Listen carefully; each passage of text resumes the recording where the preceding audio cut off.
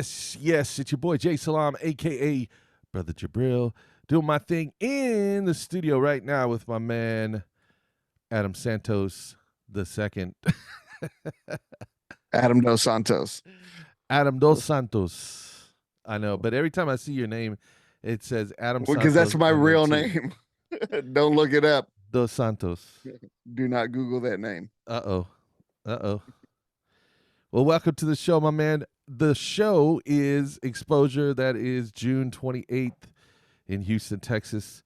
I'm going to miss this one. Unfortunately, I'm going to be in Dallas playing for Debbie Does Disco. But I'm really looking forward to the report, seeing how everything's going. So, Adam Dos Santos, tell us about yourself and where you're from. Well, my original DJ name was just Adam Hightone because I like La Bamba and Richie Valens. He was big inspiration as far as some of his music when I was younger. Uh, and they called him Hightone, and I just like that. But now I just go by Adam Dos Santos because, as you said earlier, it's Adam Santos second. um, I just went from Batman to Bruce Wayne, man. Just unmasked and just I don't want a DJ name anymore. Just call me Adam. You know what I mean? Yeah, I dig that. What genres of music are you listening to and playing besides house music? I like a lot of classic everything. I try and listen to a bunch of the new stuff and I like the beats and whatnot, but what everybody's saying in a lot of them, it doesn't grasp me. Sometimes it is. Sometimes there's artists that really do, but listen to believe it or not, I'm a hippie ghetto cowboy. So I listen to a bunch of country, just a bunch of old hip hop, Bone Thugs and Harmony, whatnot, rock and roll. Yeah, that's what I like to listen to in the car. Tejano. I mean, we're from Texas, so it's what we grew up on. You're Mexican-ish. Yep. Yeah, I grew up. My dad listened to Tejano music and conjunto and stuff like that. Because you're part Mexican, huh? Yeah, I'm 100% Mexican. 100%, 100%. Cien por brother Jabri. ciento. Brother Jabrizi, hermano Jibril. Yeah, so Right. yeah, I grew up, I grew up Mexican, Mexican. Well, I we call our family calls ourselves Tejanos because we're about 5 generations deep. So much so that I mean, Yeah, that's what pretty we are much too. pretty much when Texas was its own country, you know what I'm saying? Hmm. So, very far back. I I'm don't not have that any. far back, maybe three. Yeah, we have no roots in Mexico that right, we even right know of. past the 1800s or 1900s. Yeah. Yeah, I mean, that's just the nature of the way immigration was back in those days. Of course, like there wasn't a lot of records in Mexico either. Yeah, So yeah, but yeah, that's part of what made me me as well. My dad listened to soul music, R&B, things like that, and so that was what mm, influenced like the soulful side of me. yeah. Mine's the same but opposite. My dad was the one that would do more of the country Tejano and whatnot, and my mom, she's the one that would play freaking disco and stuff. And I was like, "What is this?" And just good stuff. Bee Gees and the night Chicago day. Oh my God. Yeah. It was just good stuff. She would always play that. And that's where I got, that part from. Was Yep. freaking My mama. mom was like a hippie, and so she listened to. My mom and dad were two different. My dad was like a thug. Yeah. It was like Mexican thug from a small town called Smiley, Texas. And Smiley. I know where Smiley's at. yeah, yeah, yeah. Mm-hmm. And my mom was from Sealy, and Mm-hmm. she was like, a little hippie. She listened to the Doors, listened to Creedence, Clearwater Revival, all that stuff, Southern rock as well, Mm-hmm. and so she was the rock side of me. Like I got real into like punk rock and stuff. So that's really not the same, but still in the same vein. I'll say. Um, but yeah, so that was what kind of developed me was my dad's soul music and my mom's like just love for music in general. Like her whole family Mm-hmm. was musical, Yeah, so we're fucking exact opposites. That's what's yeah, crazy. that's Like my funny. dad was the one who introduced me to freaking Eagles and Led Zeppelin and everybody. And my mom introduced me to freaking Donna Summers and Diana Ross and Michael Jackson and everybody. Like that's crazy. It's Yeah, complete opposite, but same freaking destination. my And then dad. everything else in between there, I found on my own. Yeah, my dad had this. It was like a little beater, Honda Accord or Honda something. Yeah. We just call it the Blue Schmoo. But on the bumper, he had Magic 102, which was the urban radio station at the time, Mm-hmm. and Ka Kukuka on the other side of the bumper. Mm-hmm. So it just showed you how brown we Mhm. were. Hey, Yeah. Gakukuka was that was the spot. Yeah, man. That was the Tejano spot. They don't have no more Tejano radio Now it's anymore. like mixed with all the Latin. It's everything. They do all like bachata, freaking Cuban stuff, Puerto Rican, everybody else. Yeah. That yeah, Kakukuka was like pretty much 75% Tejano, and then maybe a little bit merengue and salsa and whatever. Yeah, exactly. But it was just all Tejano. Man, I remember that's the station we that 93 Q Country, Yeah. freaking 104 KRB. KRBE. Whenever they played good music. Do you know No Psycho Robbie? disrespect to them though. Do you remember Psycho I've Robbie heard from that 104? name. So it I was remember him. Mark D. Yeah, exactly, Mark D. So Psycho Robbie, this is kind of crazy. Okay, so Psycho Robbie and Sam Malone and I I can't remember Sam remember the Malone. I can't remember the Sam lady's Malone in the name. morning. Yeah, so they were all part of the same morning show. And my Trisha? No, dad not Trisha. when my parents would drop me off to school, they would be Mm-hmm. listening to that 104, and because we would laugh and when they play cool music and stuff like that. But that Psycho Robbie guy was the one that got me to go to Shelter because he was like advertising this Club Shelter thing. Now this has no relation to the New York Club Shelter, obviously, or the legacy there.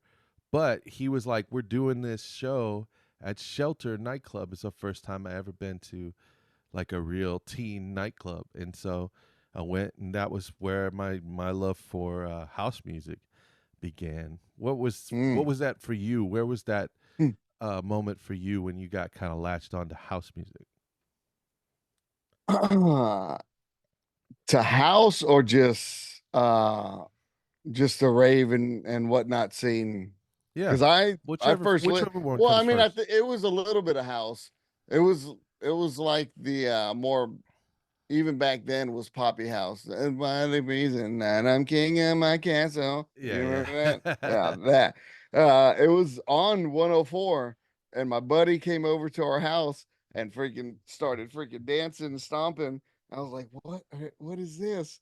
And then you were here back then because I know you were a big inspiration in my life going way back with you and Kung Fu Pimp and everybody and just watching y'all when I was a dumbass kid, like what the hell's happening over here? Uh we went to Mega Blast, and that was my first real boom at house music. I mean, it was hot because the AC didn't work. I remember that for sure. That was the hottest party I've ever freaking been to, Yeah, both we called in it mega hot. but yeah, both in music and in temperature. But um I saw Roy Davis Jr. He was there. That was that first one, and whoever that German band was that was on freaking congas and freaking drums and just doing how I was like, what in the world? And from that point on, I went to every single party all that summer of 2000. I know I started late. I didn't know it started in the 80s. I kind of did like listen to MTV and hearing things, but that's when I was like 16, 15 or 16, 17. Uh really starting to explore music on my own and looking out and hearing what's what. And when I heard that, I mean, it just took a hold of my soul, and I was like, this is where I have to be. And 24 years later is still where I'm at. You know what I mean? It catches all of us like that, I think. You know what's interesting about that story is Roy Davis Jr. plays a big part in my um, metamorphosis as a DJ because I had, for all intents and purposes, I had moved to New Orleans to work on some music with a friend of mine as a front man for a like a jazz fusion, jazz hip hop type of thing. And Yeah. I play bass. I've been playing since I was a kid, but I'm nowhere good enough. So I was basically going to do some lyricism um, over the beats. I mean, we did some busking out there. It was pretty fun. It was cool. But I had lived with Tattoo Dan for a little bit just before moving there, Mm-hmm. and he introduced me to some people, and so I was like, "Hey, I feel like going to a rave. Um, I want to go check out Disco Donnie's thing, like whatever he's doing."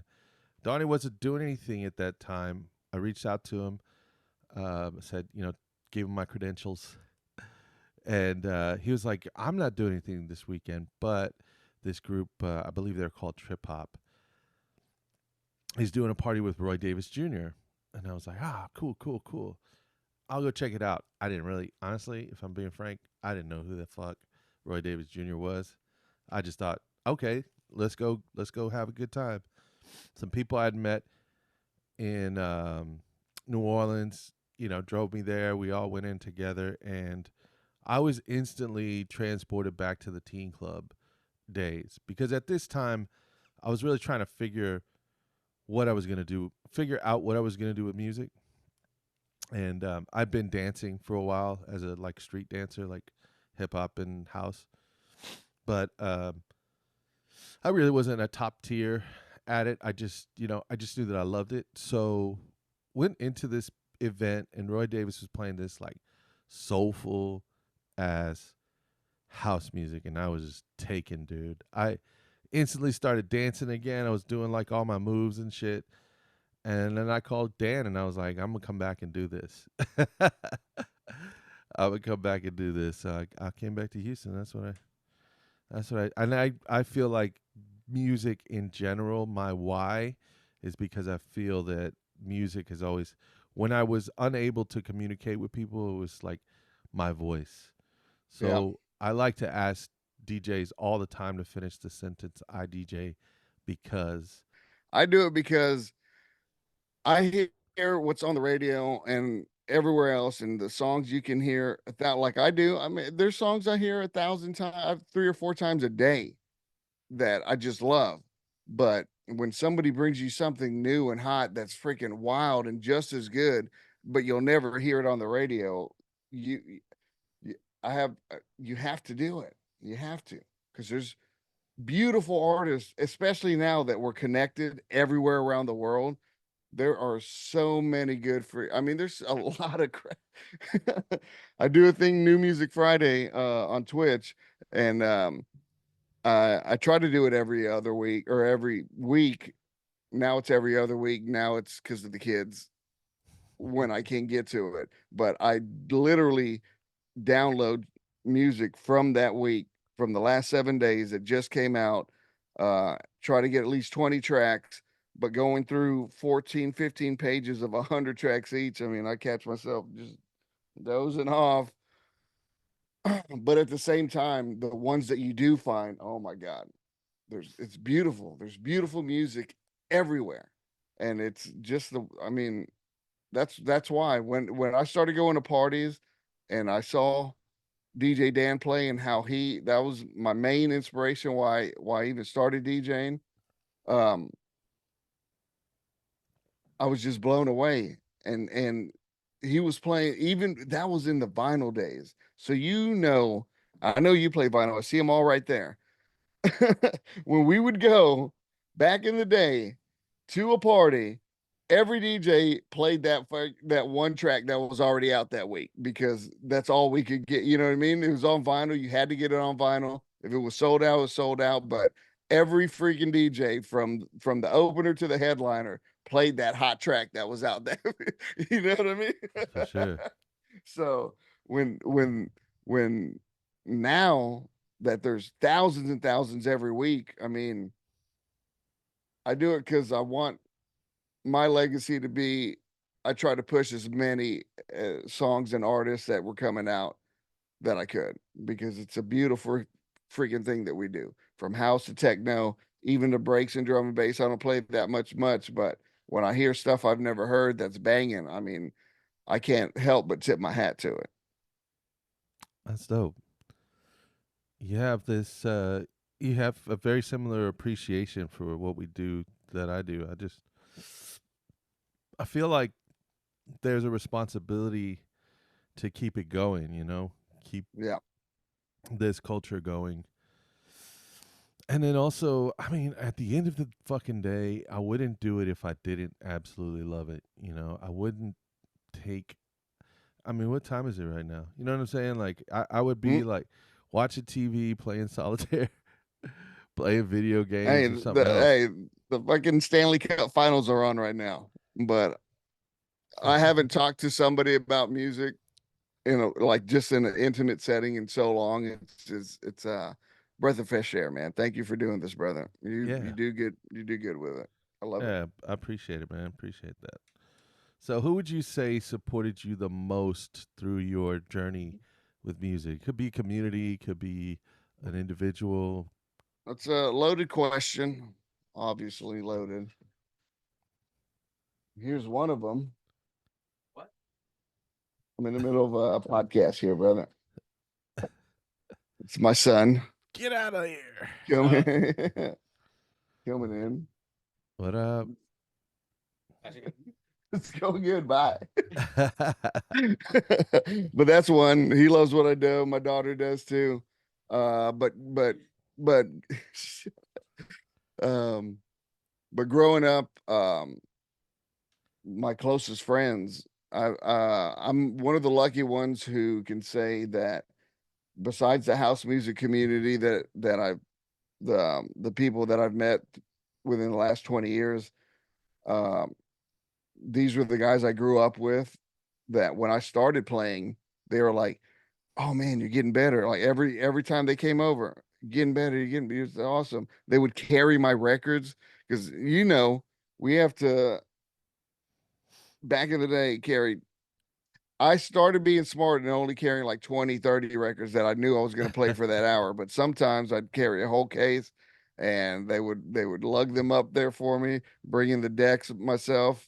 So it's my boys Jonas, the Sosas, John, Jonas, Lanny, David, all them.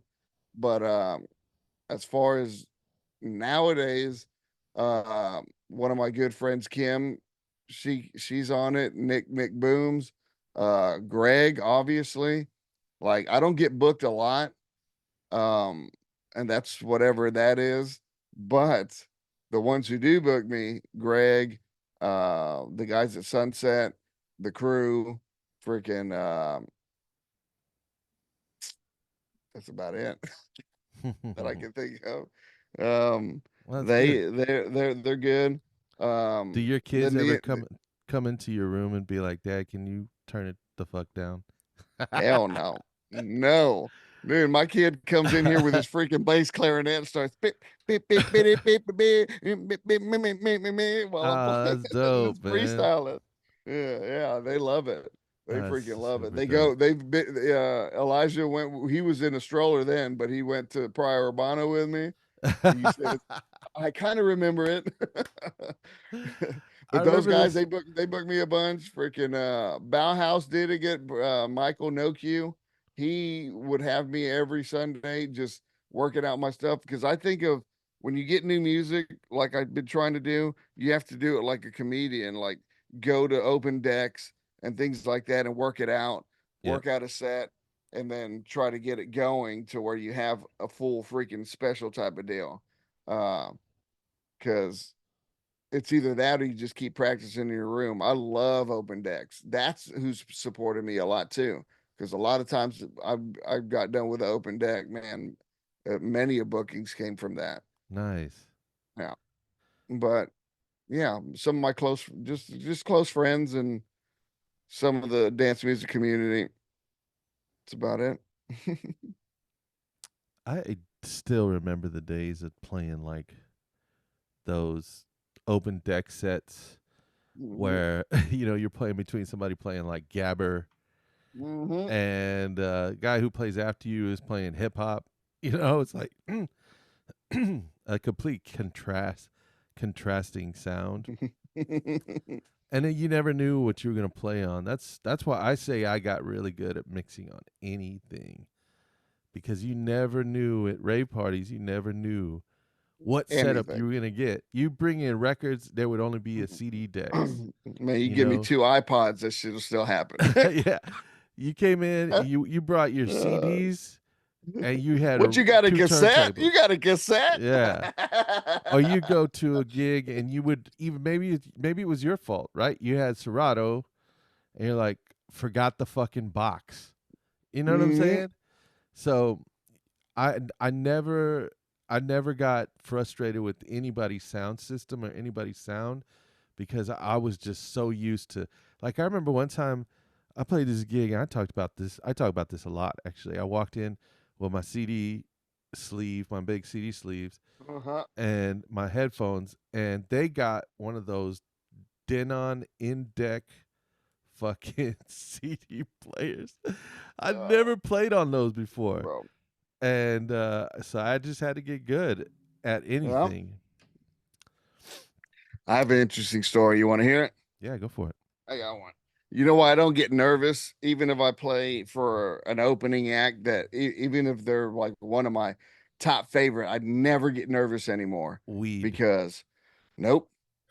My first gig ever, not first gig ever, first big gig ever was I was with my first wife and we were in Monterrey, Mexico. All right. And it was a crazy club that her aunt knew the owner and they booked me for like because over there at a lot of their big ass clubs, they don't open the dance floor till 10 o'clock. So Right. everybody's just sitting there drinking, having a good time. There's music in the background, but the dance floor don't open up. Right. So they had me as the dance floor opening act, and then the dude was gonna take over the rest of the night. So I had like an hour and a half. Fucking, I walk in this bitch. It's like I said, it doesn't open up till 10 o'clock. So the dance floor, the club opens up at 7 or 6. We Right. walk in there at 8 o'clock, and there's literally 3, 4, 5,000 people in there Oh already. shit. I, I'm walking in with my freaking vinyl, walking Wow. in, trying to squeeze through motherfuckers all the way up to the booth. Okay, get to the booth, and I'm like, holy shit. It's about to go down. My legs start shaking like I just rode a freaking crazy roller coaster or a motorcycle or something. I'm freaking nervous as shit. And the dude that booked us, the guy she knows, says, "What do you need?" in Spanish. And I was like, "I need a fucking shot of tequila, a bottle of water, pack of cigarettes, and that's about it." He lines up 5 shots of tequila, 3 or 4 bottles of water. Every cigarette I put in my mouth, that's when I smoke cigarettes. He was lighting them and shit. But once I took that first shot, my leg calmed down. These dragons come out the wall. Psh, Whoa. freaking, and I'm looking at the mixer. I'm like, what? I'm on vinyl, great Technics, um, whatever, not the 3Ds, the higher ones, the five something. Them Anyway, five good, Ds. good, Yep. good. Yeah, 5D, the freaking good freaking turntables. But they had that rain mixer club version, rotary, Yeah. without the top part with the freaking bass, mid and high, Oh, it didn't without have the the extension. wow. No. That was an So old school like disco setup, basically. Yeah, yeah. But it has to have that top part. So I'm there mixing house, bass to bass, trying to just do it correctly to where it doesn't overlap on basses. And Yeah. but then since then, yeah, I was just shotting it up, boom, boom, boom. They had me on the screen. And after that crazy ass experience, I've never got nervous. That's the only one thing I can say nice about my first wife.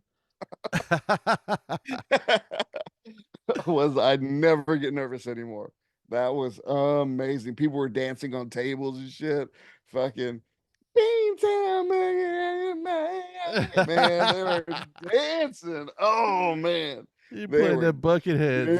People Yeah, were going crazy to that bucket yeah. heads. Hey, that was like 2003. It was, yeah, man, good. That was good.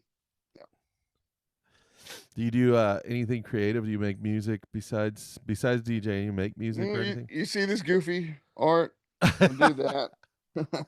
I like landscaping, Bob Ross style.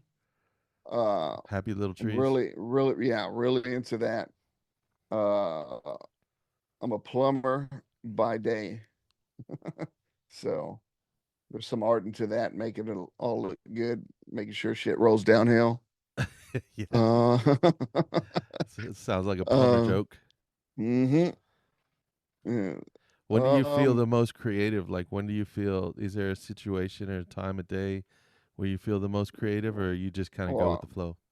yeah, I go with the flow. I'm not a morning person, but sometimes it could come in the morning, but usually it doesn't because but at night, late afternoon, the wind will hit you and you're like, you got to do something.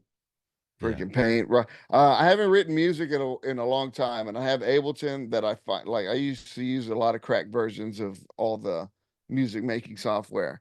And then I bought Ableton and I've freaking made half a track on it. Yeah. That Well, was like 2 years ago. we're gonna edit out your admittance of larceny. No, I know you can. Hey, it's in the past. I think the statute of limitation is already over. So come after me if you want reason. I think that's the first thing I ever started producing on was a hacked copy of Reason. Hmm. I This think was it's in everybody's.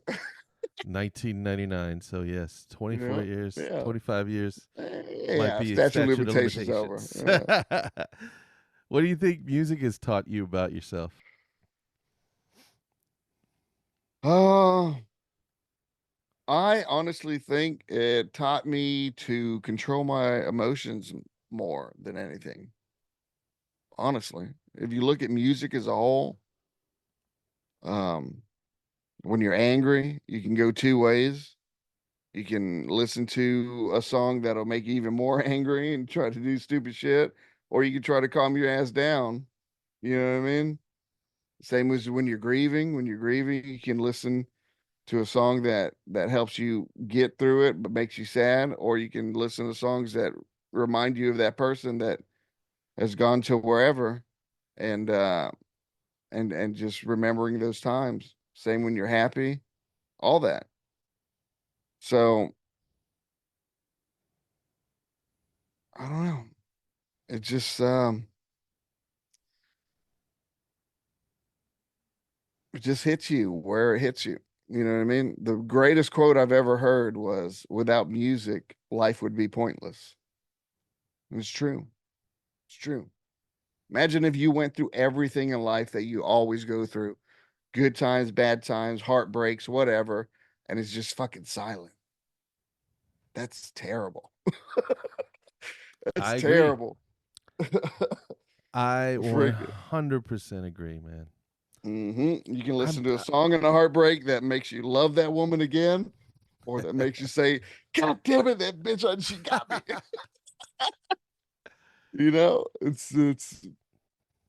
It's supposed to teach. Music's supposed to teach you your whole life because those are other people's problems that we also have, other people's joys that we also have, and we can share in it, especially when it's good. When it's good, it'll make you cry, it'll make you dance, it'll make you do whatever. It's oh man, music's the best. You know, I was trying to remember the person that said that, but I've heard that quote before about music Oh, makes that was on Here Comes the Boom, and Henry Winkler was quoting somebody. I forgot who was quoting. I think maybe Nietzsche or somebody. But Yeah, that's where I got it from. I And kept wanting Henry to stay. Winkler is a stand-up guy. I met him before too. He did I that freaking bite the quarter trick to my son. no, I 100% agree with you, man. Mhm. Music. So they say that the sense of smell is the closest tied to memory, but I feel like music is the closest tied to emotion. Mhm. Um, I mean, I could tell you, like, one of the songs that I think my sister passed away a long time ago, but one of the songs that always reminds me of her is Purple Rain. Mhm. Um, I mean, she used to love Band of Horses, like Block Party, all that kind of early 2000s dance rock stuff. But I know that she absolutely just was like head over heels about Prince. And Purple Rain is one of those songs that I cannot hear it till this to this day. I can't hear it and not kind of tear up. Mhm. Same thing with She Talks to Angels by the Black Mhm. Crows. That's one of those songs, man. It just gets me. Yeah. So yeah, I think it's the closest tied to emotion. So that's why when I play, I'll be playing just in my headphones here, and I could close my eyes. It feels like I'm in a nightclub, just dancing Mhm. and enjoying. So That's how I that's mix actually. yeah. You mix in In your my headphones. headphones. Yeah, yeah, yeah. Try to Yeah. protect the ears because my mom's going deaf, and if she's going deaf at 60, uh, I know I will be in probably the next 10 years because I abused my shit way more than she did. So now I just try to protect them, and I played a silent disco one time and liked it. Because some people, I mean, even if you always have to leave the even if it's at a decent level, it's still loud to me in a club. I'd rather just do it out my headphones and make sure it's good. I think that's a part of the spectrum like that. I don't know. I'm still like you, man. I'm like I have one residency, but I don't really play out more, more than that. Lately, for some reason, I've been getting like a booking a month, which is great. And then of course Mm, being part of exposure. But even if I didn't have those, I would still spend close to $200-300 a month mm-hmm. just on music. Mm-hmm. Yeah. DJs are the last.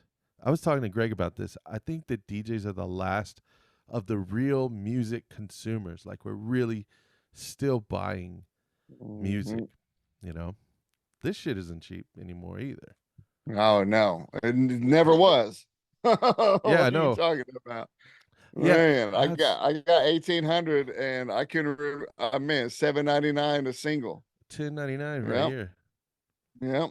How much is a single nowadays on vinyl? It's a lot. $20. It's a lot. It's easy twice that. So how do people find out about you? What are your call signs or whatever screen names? Don't.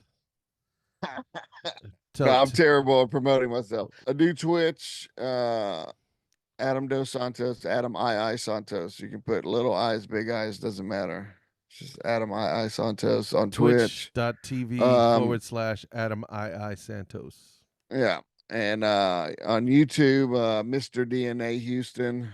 I haven't changed that name. That was like way before. But now I've been uploading all the stuff I do on Twitch on there. So we're at episode 32, New Music Friday. Nice. Uh, Trying to get a year's worth in 2 years.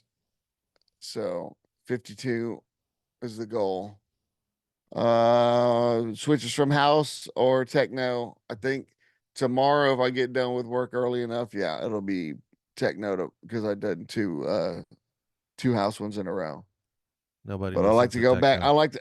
I don't give a freaking frack.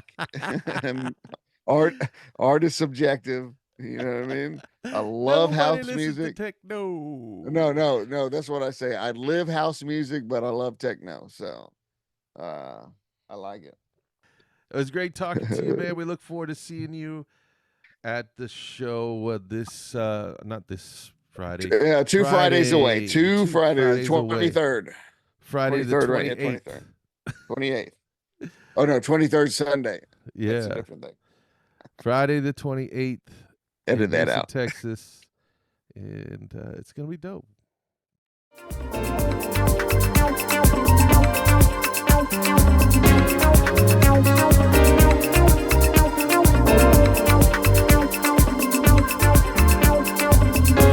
Ain't nothing like the peace that fills your mind. Not holding on to something that's not worth your time.